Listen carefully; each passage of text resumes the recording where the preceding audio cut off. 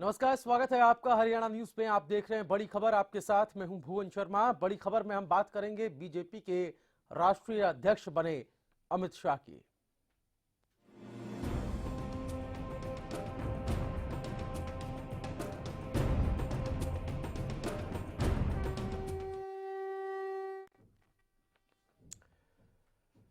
तो बीजेपी के अध्यक्ष के रूप में शाह की बादशाहत बरकरार है। निर्विरोध उन्हें फिर से राष्ट्रीय अध्यक्ष चुना गया है।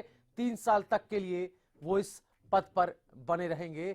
राजनाथ सिंह के इस्तीफे के बाद अमित शाह को सबसे पहले राष्ट्रीय अध्यक्ष पद की कमान 9 जुलाई 2014 को मिली थी।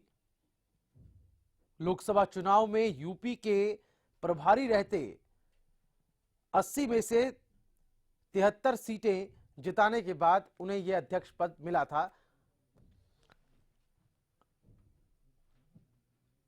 जब ताजपोशी हो रही थी अमित शाह की बतौर राष्ट्रीय अध्यक्ष, उस वक्त आडवाणी, जोशी सरीखे वरिष्ठ नेता पार्टी के, उस वक्त वो नदारद थे। तो माना जा रहा है कि जो एंटी खेमा है, जो कि अमित शाह को बतौर राष्ट्रीय अध्यक्ष पसंद नहीं करता है, वो नाराज अमित शाह की राष्ट्रीय अध्यक्ष बनने से समझा जा रहा है। कुछ सवाल जो है इस पूरे खबर को लेकर सामने निकल करके आ रहे हैं, जो अमित शाह की ताजपोशी के बाद ये कुछ सवाल जो है वो उठ रहे हैं। सवाल यह है कि क्या फीकी पड़ती चमक के बीच पार्टी को उठा पाने में अमित शाह कामयाब होंगे? चुनावी हार के सिलसिले को तोड़ के फिर से जीत का घोड़ा दौड़ा पाएंगे अमित शाह? गिरती लोकप्रियता के बीच एंटी इनकम्बेंसी से पार पा पाएंगे शाह? सवाल यह भी है कि सरकार और संगठन के बीच की जो खाई बढ़ती जा रही है उसको पाट पाएंगे शाह? पार्टी लाइन से अलग जा रहे नेताओं को साथ ला पाएंगे?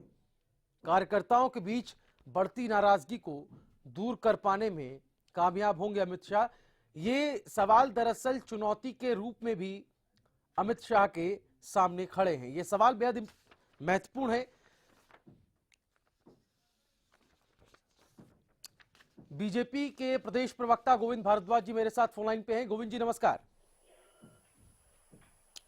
गोविंद जी मेरी आवाज सुन पा रहे हैं आप? नमस्कार नमस्कार जी। गोविंद भारद्वाज जी, एक बार फिर से अमित शाह जी को राष्ट्रीय अध्यक्ष पद की कमान सौंपी है। निर्विरोध वो चुने गए हैं। पहले राजनाथ सिंह जी के इस्तीफे के बाद उन्हें अध्यक्ष बनाया गया था, लेकिन इस बार उनके नाम पर सर्वसम्मति हुई है। लेकिन सवाल यह है कि जो बीजेपी में जो परामर्श मंडल है, जैसा कि मुरली मनोहर जोशी का नाम लिया गया, आडवाणी का नाम लिया गया, वो इस कार्यक्रम से नदारद दिखे सर। उनकी नाराजगी, इसके पीछे वजह बताई जा रही है। गोविंद जी और से जी अमित शाह जी के पुनः अध्यक्ष चुने जाने पर उनको बधाई देता हूँ और ये उम्मीद करता हूँ कि इस कार्यकाल में और भी नई ऊंचाइयों पर भारतीय जनता पार्टी पहुंचेगी उनके नेतृत्व में। जहां तक आपने प्रश्न किया कि परामर्श मंडल दिखाई नहीं दिया, परामर्श मंडल से परामर्श कर कर ही सब चीजें होती हैं। जो परामर्श करने वाले लोग हैं, जरूरी नहीं कि वो फंक्शंस में आगे की चेयर्स पर बैठे ही दिखाई दिए। लेकिन वरिष्ठ लोगों का आशीर्वाद होना जरूरी है सर। उनका आशीर्वाद बिल्कुल निश्चित रूप से अमित शाह जी ने लिया होगा, नहीं तो अब अध्यक्ष बनने के बाद लेंगे और उनके आशीर्वाद से ही पार्टी चल रही है। हाँ, ऐसा भी कुछ लोग मान रहे हैं जो राजनीति को गहरे से समझते हैं या फिर बीजेपी की राजनीति को गहरे से समझते हैं। वो लोग ये मान रहे हैं कि अमित शाह का निर्विरोध राष्ट्रीय अध्यक्ष बनना, इसके पीछे खुद प्रधानमंत्री नरेंद्र मोदी के उनके नाम के प्रस्ताव को आगे रखना एक बड़ी वजह मानी जा रही है। देखिए, ये भारतीय जनता पार्टी है जो सर्वसम्मति से चलती है। हाँ, आम सहमति पहले डेवलप होती है और सर्वसम्मति से चुनाव होते हैं। ठीक है। ये हमारे जो लोग राजनीतिक विश्लेषक जो लोग हैं, या आप लोग जब मीडिया के लोग इसकी चर्चा करते हो तो अन्य दलों में जो गुटबाजी देखते हो वही गुटबाजी बीजेपी में ढूंढने का प्रयास करते हो। बीजेपी में ऐसी कोई गुटबाजी नहीं है। बड़े बुजुर्गों से आशीर्वाद लेकर सबकी सहमति से राष्ट्रीय अध्यक्ष का निर्विरोध निर्वाचन हुआ है। चलिए ठीक है। गोविंद भारद्वाज जी बने रहिए हमारे साथ। केवल ढींगरा साहब भी जुड़ गए हैं, कांग्रेस के प्रवक्ता। उससे पहले हम अपने दर्शकों को दिखाते हैं, सुनाते हैं कि आखिर अमित शाह के एक बार फिर से राष्ट्रीय अध्यक्ष बनने के बाद क्या कुछ सियासी प्रतिक्रियाएं सामने आई हैं। नहीं, पूरा करंट है और पहले भी कार्यकर्ताओं में पूरा करंट का संचार होता था, अब भी संचार होगा और पूरी तरह से आगे बढ़ते जाएंगे। इसीलिए तो मैंने कहा कि चुनौतियों का सामना ही वो कर सकता है जिसके अंदर ये कुव्वत हो कि वो मैन ऑफ एक्शन हो। निश्चित रूप से एक बड़ा काम है, देश के अंदर सरकार बनी है और इसको मेंटेन करना, लेकिन जिस प्रकार के काम देश की सरकार श्रीमान नरेंद्र भाई मोदी जी, जो दुनिया के सबसे लोकप्रिय और मजबूत नेता हैं, उनके नेतृत्व में कर रही है, और वो काम जिस प्रकार से संगठन के द्वारा राष्ट्रीय अध्यक्ष जी के नेतृत्व में आम जनता तक पहुंच रहे हैं, मैं समझता हूं हमारी सरकार आगे भी बहुत बेहतर करेगी। निश्चित तौर पर उनके नेतृत्व में भारतीय जनता पार्टी की जड़ें और गहरी होंगी और मजबूत होंगी और पार्टी बहुत मजबूत होकर के देश सेवा में, राष्ट्र निर्माण में अपना काम करेगी। तो निश्चित मान के चलता हूं कि जिस तरह उनके नेतृत्व में पार्टी आगे बढ़ी है, आने वाले समय में भारतीय जनता पार्टी और मजबूत होगी, ये निश्चित तौर पर हमारा मानना। तो सुना आपने ये तमाम बयान, चाहे केंद्र के नेता हों, चाहे प्रदेश के कैबिनेट मंत्री हों, नेता हों, संगठन के नेता हों, हर कोई अमित शाह के राष्ट्रीय अध्यक्ष बनने को लेकर खुश नजर आया। जो सियासी प्रतिक्रियाएं आई वो आपने सुनी। हमारे साथ कांग्रेस के प्रवक्ता केवल ढींगरा जी फोन लाइन पे हैं। केवल जी, आज अमित शाह की ताजपोशी एक बार फिर से राष्ट्रीय अध्यक्ष के रूप में हुई है, कहीं खुशी कहीं गम, ऐसा हम इसलिए कह रहे हैं क्योंकि जो परामर्श मंडल है जिसमें पार्टी के जो सीनियर लीडरशिप है, मुरली मनोहर जोशी, आडवाणी का नाम सबसे आगे लिया जा रहा है, वो कार्यक्रम के दौरान जब ताजपोशी का कार्यक्रम था, जब उन्हें कमान दोबारा से दी जा रही थी, उस वक्त वहां पर मौजूद नहीं थे। ऐसा समझा जा रहा है कि उनमें उनको लेकर नाराजगी कहीं ना कहीं परामर्श मंडल में है। देखिए, ऐसा है, ये ग्रुपिज्म तो भारतीय जनता पार्टी में है ही जी, लेकिन वो जो शीर्ष नेता है इनके, उनको अलग थलग इस पार्टी ने कर दिया है जी। लेकिन जहां तक आप इनका देखें, हाँ। उन्हीं अमित शाह को दोबारा से अध्यक्ष बना दिया गया। आज इतनी बुरी हालात से दिल्ली हारी, इनसे बिहार हारी, बाकी स्टेटें हार रहे हैं, और आज ये अभी जो अगले चुनाव हो गए उनमें भी इनकी हार, क्योंकि पब्लिक इनसे त्रस्त हो गई। जो इन्होंने अच्छे दिनों के वायदे किए थे वो एक भी वायदा इन्होंने पूरा नहीं किया, और आज जो लोग इनसे परेशान हो चुके हैं जो भारतीय जनता पार्टी से, वो इनसे सारी जो जनता है वो विमुख हो चुकी है। और ये चाहे अध्यक्ष इनको बनाए, किसी और को बनाए, क्या फर्क पड़ता है इस बात से, लेकिन इनकी हालात इस समय जो ग्रुपिज्म के कारण जो है भारतीय जनता पार्टी के अंदर भी जो है गुटबाजी और जो हालात है वो अच्छे नहीं है। लेकिन आप तो हार बता रहे हैं केवल ढींगरा साहब, ये बिहार की हार, आप दिल्ली की हार बता रहे हैं, लेकिन उससे पहले हम लोकसभा चुनाव में भी देख चुके हैं, और दूसरे जम्मू कश्मीर को आप ले लीजिए, जहां जहां पर बीजेपी कमजोर पड़ी, वहां पर अमित शाह ने कहीं ना कहीं संघ के कार्यकर्ताओं को, बीजेपी के जो कार्यकर्ता थे उनको एकदम उनके अंदर दोबारा से उन्होंने जान फूंकने का काम किया है, और वहां पर उसके रिजल्ट्स भी देखने को मिले। अगर सियासी परफॉर्मेंस से देखा जाए तो उनका पलड़ा भारी ही नजर आता है अमित शाह का, अगर कुछ हार को छोड़ दें आप। देखिए, इनका पलड़ा जो था अच्छे दिनों के वायदों का था, वो धूमिल होता हुआ जा रहा है। डे बाय डे इनकी हालात जो है, जो इन्होंने 15-15 लाख रुपए लोगों को देने थे, ये वो दे नहीं पा रहे, काला धन इनसे निकला नहीं। बिल्कुल, चलिए जो स्टेटों के अब चुनाव हुए, उन स्टेटों में डाउन जाना शुरू हो गए, और आगे आने वाली और स्टेटों में बिल्कुल डाउन जाएंगे। इनकी हालात बहुत, चलिए सर, इसी से निकलता मेरा एक सवाल भी है, और इसी पॉइंट पे मैं आने भी वाला था। गोविंद भारद्वाज जी मेरे साथ हैं। गोविंद जी, जो बात केवल ढींगरा जी कह रहे हैं, कुछ पहलू ऐसे थे, कुछ पॉइंट्स ऐसे थे, काला धन का अपने आप में एक बड़ा इशू था, जिसको लेकर ये कहा गया कि हर एक खाते में लाखों रुपए आएंगे। वो कहीं ना कहीं एक जो दुस्वप्न था वो टूटता हुआ नजर आया। बीजेपी का एक आभा मंडल जो था वो कहीं ना कहीं कमजोर पड़ा है। ऐसी परिस्थिति में कमान मिली है अमित शाह को, आपको लगता है कि दोबारा से वो उन तमाम नेगेटिव चीजों को दूर कर पाएंगे और पार्टी को फिर वहीं ला खड़ा करेंगे जैसे एक पहले और हुआ करता था लोकसभा चुनाव के दौरान, मोदी जी का या उनका भी? मेरे कांग्रेस के मित्रों को जो खुद सत्ता में रहते हुए घोटालों से पेट भरते थे। मोदी जी के 15 लाख रुपए के आश्वासन पर ही इनकी विचारों की नजरें टिकी हुई हैं। उस वक्त ये था कि इतना काला धन है, अगर इसको ये वापिस आ जाता है तो हर आदमी को 15-15 लाख रुपए उनके खातों में आ जाए, इतना ज्यादा धन है। और 700 से अधिक काले धन की नाम सुप्रीम कोर्ट में भी आउट हुए हैं, आप लोगों ने मीडिया पर भी दिया है।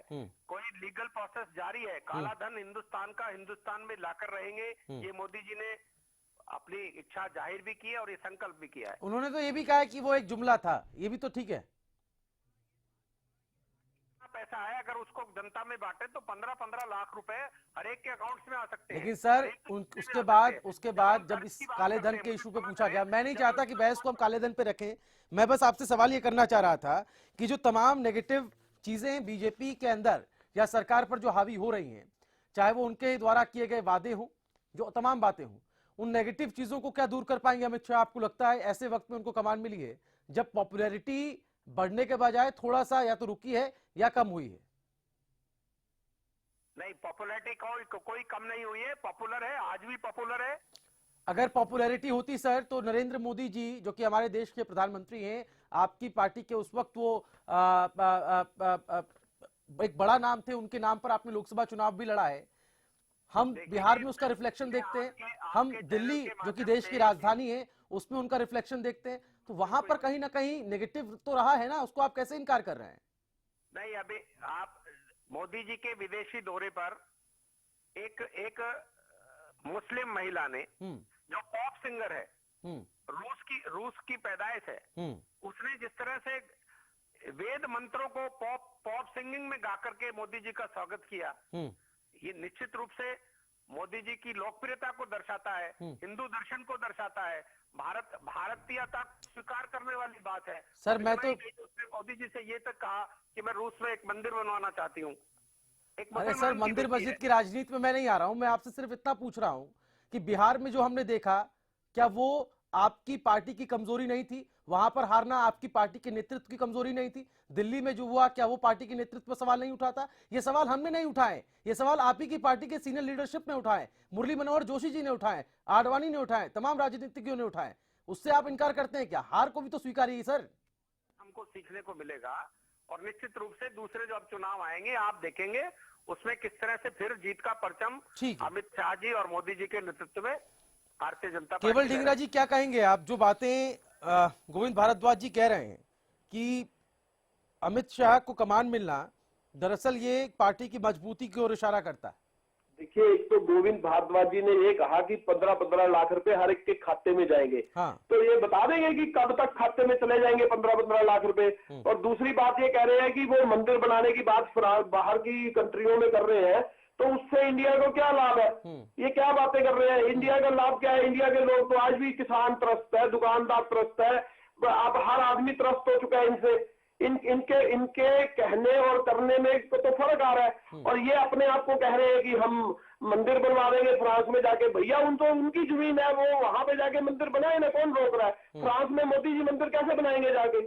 अब इंडिया के अंदर तो मंदिर इनसे बना नहीं, और इंडिया के अंदर ये मंदिर मस्जिद की राजनीति करते रहे। आज इन्होंने अच्छे दिनों के लोगों के साथ जो वायदे किए थे वो कहाँ गए?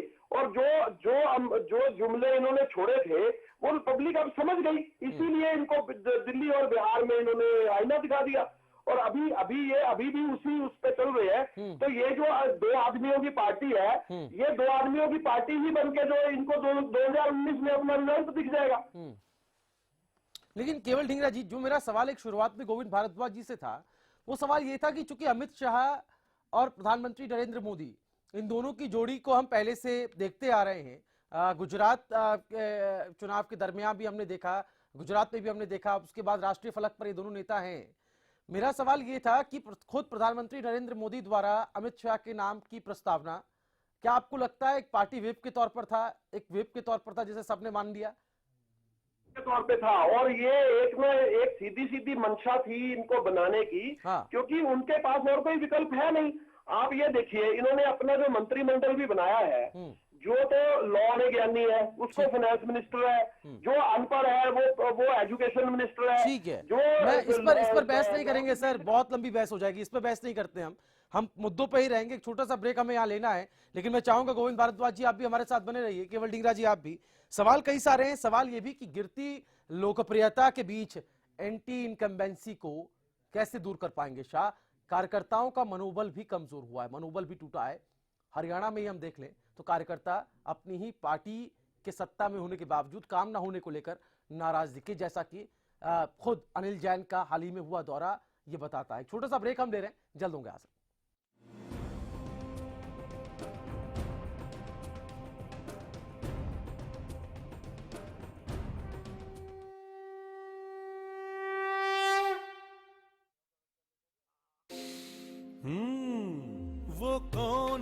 वो कौन है जो खुशबू लाता है, स्वाद बढ़ाए खाने में और सेहत बनाता है। तो बोलो बोलो पापा, मम्मी। खाने को टेस्टी बनाता है लक्ष्य शुद्ध देशी घी, खुशबू और स्वाद में हिट, सेहत को रखे फिट। लक्ष्य शुद्ध देशी घी, स्वाद और सेहत की बात शुद्धता के साथ। कुछ चेहरे इतिहास बन जाते हैं और कुछ चेहरे इतिहास बनाते हैं। जोश, जज्बे और उनके संघर्ष की कहानी खुद खिलाड़ियों की जुबान। खेल हरियाणा, शनिवार और रविवार रात 8:30 बजे। फसलों पर स्प्रे के दुष्प्रभाव ने पशुओं के थनों में सूजन, गांठ, एक थन का सो जाना, खून आना व दूध कम हो जाना आदि बहुत सी बीमारियों को जन्म दे दिया है। इसलिए मैं आपको ये सलाह देना चाहता हूँ कि आप अपने सभी पशुओं के हर ब्यांत पर सोमधारा योग का एक कोर्स जरूर करवाएं। एक इम्पोर्टेंट मैसेज, अगर आप क्रिकेट के फैन हैं तो जल्द से जल्द सेट टॉप बॉक्स लगवा लीजिए। क्यों भाई? क्योंकि सेट टॉप बॉक्स लगवाने की आखिरी तारीख निकल चुकी है। तो अब क्रिकेट कभी भी बंद हो सकता है। क्रिकेट बंद? क्या बोल रहा है तू? अरे क्रिकेट बिना जिंदगी कैसे कटेगी भाई? अब ये भी बता दे सेट टॉप बॉक्स कौन सा लगाना है? भाई सिंपल है, सेट टॉप बॉक्स मतलब डिश टीवी, क्योंकि डिश टीवी ही 10 करोड़ लोगों की पसंद है। इंडिया का सबसे भरोसेमंद डीटीएच ब्रांड भी यही है। और हाँ, अब डिश टीवी के साथ अपना मनोरंजन खुद चुनिए। पैक सिर्फ 99 रुपए से शुरू। सेट टॉप बॉक्स मतलब डिश टीवी। देखिए चक्रव्यूह रविवार रात 9 बजे और सोमवार सुबह 9 बजे। सरकारी नौकरी मिलती नहीं या आप लेते नहीं, बेरोजगार रहने के 2 कारण हैं। या तो आप कोशिश नहीं कर रहे या आपकी दिशा गलत है। सरकारी नौकरी कैसे पाई जा सकती है? देखिए हमारा खास कार्यक्रम कैसे पाएं सरकारी नौकरी, हर रोज दोपहर 2:30 बजे।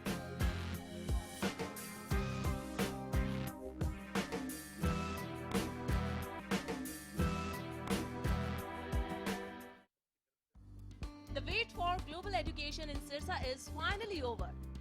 MDLR Group presents MDK International School, a new landmark of world-class education in the green belt of Sirsa. The first residential cum day boarding school in Sirsa, affiliated to Cambridge University, London, brings forth a global nurturing environment under the guidance of Mr. Lawrence Frey, Director, MDK International School. MDK International School also offers fully air-conditioned campus, state-of-the-art infrastructure, well-stocked library, and a spacious cafeteria serving hygienic fresh meals. The world-class sports and well-being facilities ensures the all-round development of your child at MDK International School. Visit our campus near Tarkeshwaram Dham at Rania Road, Sirsa. For details, call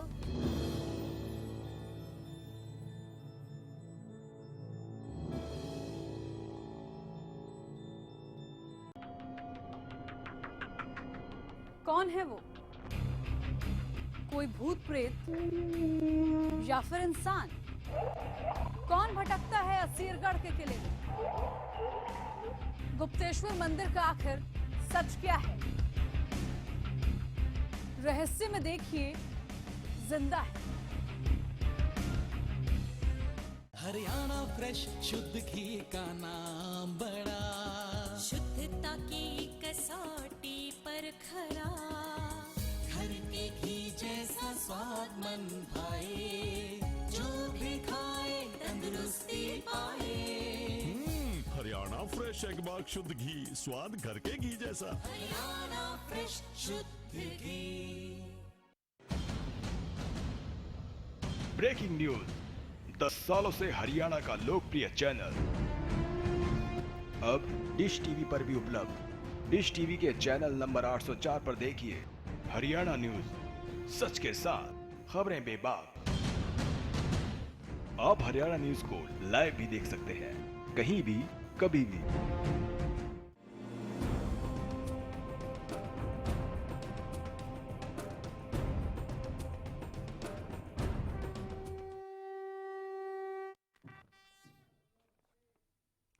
और break के बाद बड़ी खबर में आपका एक बार फिर स्वागत है। बड़ी खबर में हम बात कर रहे हैं अमित शाह की ताजपोशी की राष्ट्रीय अध्यक्ष के रूप में एक बार फिर से उनका चयन हुआ है, निर्विरोध वो चुने गए हैं। 3 साल तक का उनका राष्ट्रीय अध्यक्ष पद का ये कार्यकाल होगा। इसी पर हम चर्चा कर रहे हैं। कई सवाल इस बीच अमित शाह के राष्ट्रीय अध्यक्ष पद के पिछले कार्यकाल को हम देखें तो उसमें कई सारी अचीवमेंट्स उनके नाम पर रही हैं, कई सारी हार भी पार्टी को झेलनी पड़ी है, कई जगहों पर पार्टी कमजोर भी हुई है। असहिष्णुता का मुद्दा उनके राष्ट्रीय अध्यक्ष पद पर रहते ही बड़ा है।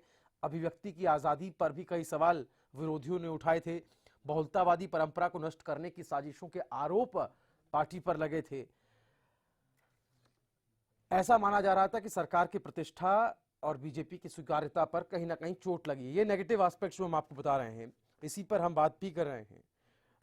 एक जो अपने आप में बड़ी चुनौती है, वो चुनौती है जहां पर मजबूत वोट आधार वाली जो पार्टियां हैं उनसे मुकाबला करना। यूपी इन सब में सबसे अहम है।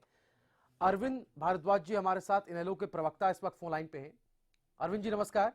जी नमस्कार। अरविंद जी, अमित शाह की ताजपोशी को लेकर आपका क्या कुछ कहना है? दोबारा से उन्हें कमान दी गई है, निर्विरोध वो चुने गए हैं।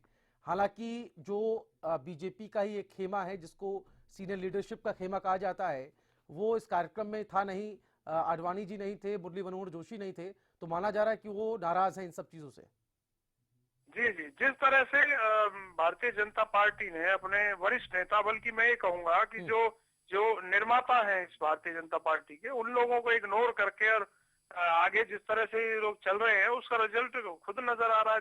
पहले दिल्ली के चुनाव रहे, फिर बिहार के चुनाव रहे, जिस तरह से भाजपा का सुपड़ा साफ हो गया। उसके बाद नगर निगम चुनाव गुजरात में हुए, महाराष्ट्र में हुए, पश्चिम बंगाल में हुए, मध्य प्रदेश में हुए, उन सब में भी इनका सुपड़ा साफ था। और आगे ये अगर इसी तरह जिम्मेवारी देते हैं तो उत्तर प्रदेश इनके हाथ से जाने वाला है। और अगला चुनाव जो पश्चिम बंगाल का और असम का है, वहां भी हालत यही रहेगी भारतीय जनता पार्टी की, क्योंकि इनकी जो कथनी और करनी है उसमें बहुत बड़ा अंतर है। जिस तरह से ये लोग कहते हैं कि हम पारदर्शिता में विश्वास रखते हैं, लोकतंत्र में विश्वास रखते हैं, कहाँ किस तरह की पारदर्शिता और किस तरह का लोकतंत्र? एक व्यक्ति को जो मुख्यमंत्री जी का करीब, प्रधानमंत्री जी का करीबी है, उसी को दोबारा ताजपोशी कर दी। बहुत इम्पोर्टेंट नेताओं को छोड़ दिया गया। ये इम्पोर्टेंट पॉइंट आपने उठाया सर। मैं चाहूंगा गोविंद भारद्वाज जी अगर मेरे साथ लाइन पे हैं तो वो इसका जवाब दें। गोविंद जी। जी जी जी, जो अरविंद भारद्वाज जी बात रख रहे हैं वो ये कह रहे हैं कि प्रधानमंत्री नरेंद्र मोदी के वो करीबी हैं, इसका फायदा उन्हें मिला है। और लोकतंत्र की बात जब बीजेपी करती है तो यहाँ पर वो लोकतंत्र कमजोर होता दिखाई देता है जब राष्ट्रीय अध्यक्ष के रूप में अमित शाह फिर से चुने जाते हैं। जब लोकतंत्र की बात करते हैं तो बड़ी हंसी आती है। ये वन मैन पार्टी है दोनों।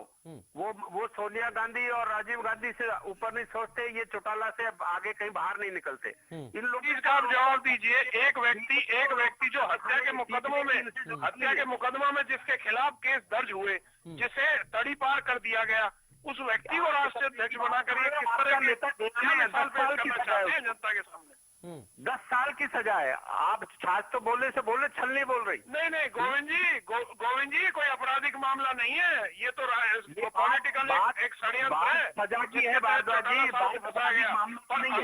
अमित शाह पर तो हत्या के मुकदमे थे। हिंदुस्तान में पहला जेल में। सोच कर देखिए, तड़ी पार जैसा शब्द मतलब सुनकर ही बड़ा अजीब सा और बड़ा एक डर लगता है। तड़ी पार होना, ऐसे व्यक्ति को राष्ट्रीय अध्यक्ष बनाया गया। ये जो तड़ी पार की जो बात आप कर रहे हैं उसमें ऐसा लगता था इतना प्रोमिनेंट व्यक्ति है कि वो उनके वहां होने से किसी तरह की लॉ एंड ऑर्डर सिचुएशन खराब ना हो, ये स्थिति थी। बहुत लोकप्रिय अमित शाह गुजरात में ही नहीं पूरे हिंदुस्तान में लोकप्रिय है। लॉ एंड ऑर्डर का खतरा था जिस व्यक्ति से, उस व्यक्ति से बड़ा बदमाश कौन हो सकता है। केस में बरी हो गए वो, उस केस में बरी हुए। आजाद की सरकार है, आप बरी करवा लेंगे, सबको बरी करवा लेंगे। नहीं, सरकार से क्या अपने आप में एक बहुत बड़ा आरोप है। ये आप एक हत्यारे को भी तड़ी पार नहीं किया जा सकता। तड़ी पार अगर किसी को करना पड़ा तो आप सोचकर देखिए कि क्या नौबत रही होगी उस जिले में और उस प्रदेश में। नहीं, इस तरह से आपके छींटाकशी करने से, यानी चांद पर थूकने से चांद आगे नहीं होता। नहीं, तड़ी पार क्या होता है आप इसका अर्थ तड़ी पार को मैं समझता हूँ। तड़ी पार आप बुद्धिजीवी हैं, विवेकशील व्यक्ति हैं, तो मैं आपसे उम्मीद करता हूँ कि आप इसका अर्थ भी समझाएं। तड़ी पार क्या होता है? नहीं, तड़ी पार का निर्णय कोई आरोप नहीं। तड़ी पार एक फैसला है। अगर किसी को तड़ी पार किया गया तो कोई आरोप नहीं लगा, बल्कि एक फैसला लिया गया कि लॉ एंड ऑर्डर को खतरा था उस व्यक्ति से। ठीक है, गोविंद भारद्वाज जी सुन पा रहे हैं आप? चलिए, लगता है अरविंद जी उनका संपर्क हमारा टूट गया है, लेकिन बहुत शुक्रिया अरविंद जी, आप हमारे साथ जुड़े। गोविंद भारद्वाज जी, आपका भी हमारे साथ जुड़ने के लिए। सवाल अपने आप में अभी भी बरकरार है। इस साल भी कई सारे विधानसभा प्रदेशों में चुनाव होने हैं और अगले साल भी यूपी जैसा एक अहम चुनाव अमित शाह के सामने चुनौती बनकर खड़ा होगा। देखना होगा इन चुनौतियों से पार पाने में, या इन चुनौतियों का सामना कर पाने में, इनसे निपट पाने में और कामयाबी हासिल कर पाने में अमित शाह कामयाब हो पाएंगे। ये तो आने वाला वक्त ही बताएगा। फिलहाल बड़ी खबर में इतना ही, लेकिन हरियाणा न्यूज पर खबरों का सिलसिला लगातार जारी है। नमस्कार।